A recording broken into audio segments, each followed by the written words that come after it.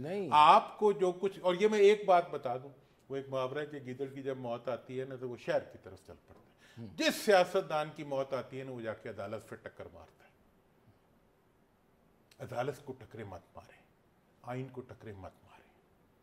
نہ عدالت کی ٹکر کا آپ کو کوئی فائدہ ہوگا، نہ آئین کی ٹکر جو بھی ہو کا فائدہ ہوگا، اور نہ ہی ملک کے اداروں کو بلا وجہ سیاست کے اندر گھسیٹیں. سیاست کو لے جائیں آپ کو عوام یہ کے پاس. نہیں، سیاست کو اگر نہیں سیاست عوام کے پاس جاتی ہے تو حکومت ہے نا وہ کر رہی ہے، تو آپ کو کیا لگتا ہے سسٹم پھر کولیپس کرے گا؟ کیا ہوگا؟ حکومت چاہتی ہے کہ سسٹم کولیپس کرے. میں نے تو نہیں کہا کہ کانسٹیٹیوشنل میلٹ ڈاؤن ہوگا. کس نے اس کا نوٹس لیا؟ حکومت کے وزیر نے کہا ہے نا، میں نے تو نہیں کہا. کانسٹیٹیوشنل میلٹ ڈاؤن کا مطلب کیا ہوتا ہے؟ میں یہ کہہ رہا ہوں کہ حکومت کا میلٹ ڈاؤن سامنے لکھا ہوا ہے، چونکہ وہ ہوا میں ہے، وہ ڈوریوں سے بندھی ہوئی حکومت ہے. پوری دنیا اس کو ایکسیپٹ نہیں کر رہی. جہاں بھی دنیا میں آپ پاکستان کے لیے کچھ فیور مانگنے جاتے ہیں وہ 3 مطالبات کرتے ہیں: political stability, economic stability and security. اس وقت پاکستان کی سیکیورٹی جو ہے وہ آپ کی پولیٹیکل ریکنسیلیشن کی ڈور سے بندھی ہوئی ہے. اس وقت ملک کی جو معیشت ہے وہ پولیٹیکل سٹیبلٹی اور پولیٹیکل ریکنسیلیشن کے ساتھ بندھی ہوئی ہے. میں نے 9 مہینے پہلے جب ریکنسیلیشن کی بات شروع کی تھی تو اس وقت بہت سے لوگ مذاق اڑاتے تھے.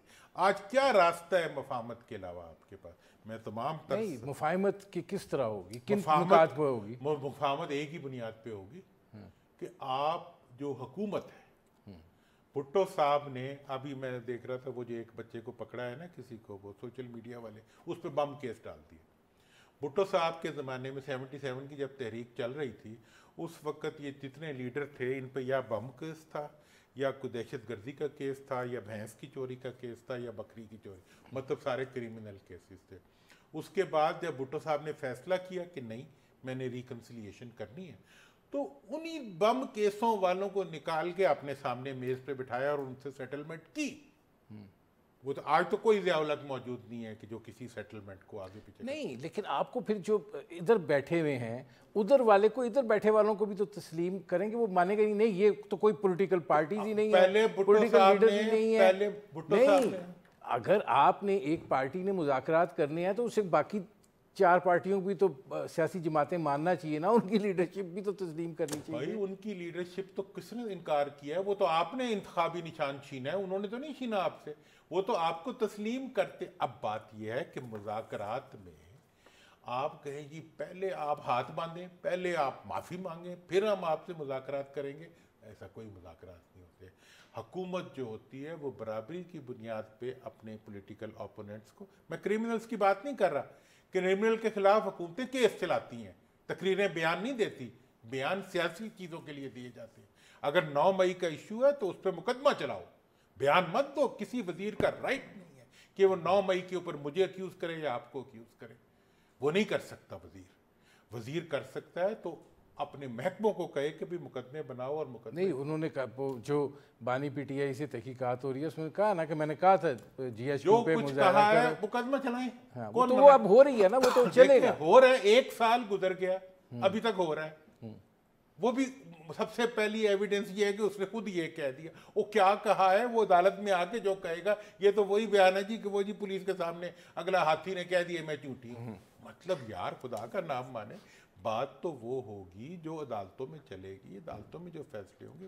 اس لیے اس وقت اگر آپ نے ملک کو آگے بڑھانا ہے اور کوئی راستہ نہیں ہے اس کے علاوہ. اور یہ میں اداروں کے ریفرنس سے بھی میں آپ کو بتا دوں کہ جتنی نفرت اس حکومت کی اداروں کے خلاف ہے اتنی عمران خان کی ابھی بھی نہیں ہے. وہ آج بھی اداروں کے ساتھ ایک پیج اور ایک اسٹریٹجی کے ساتھ چلنے کے لیے تیار ہوگا. جب یہ تاثر ہو اداروں میں بھی کہ گزشتہ جو دور رہا تھا اس کے جو فیصلہ ساز تھے ان کی وجہ سے بے تحاشا نقصان ہوا ہے لیکن ایک وجہ سے وہ خاموش ہوں، تو پھر کیا آپ کھل کے بات کریں نا کن سے نقصان کہ باجوہ اور فیض حمید اور عمران خان ان کے جو بانی پی ٹی آئی کا جو آپ کو دیکھیں، میں اس معاملے میں اس کے بارے میں 2012 کے بعد میں نے ایک اصول اپنایا اپنی زندگی. دیکھیں انسان ہر وقت سیکھتا ہے, ہم غلطیوں کو مان کے آگے بڑھنے والے ہیں.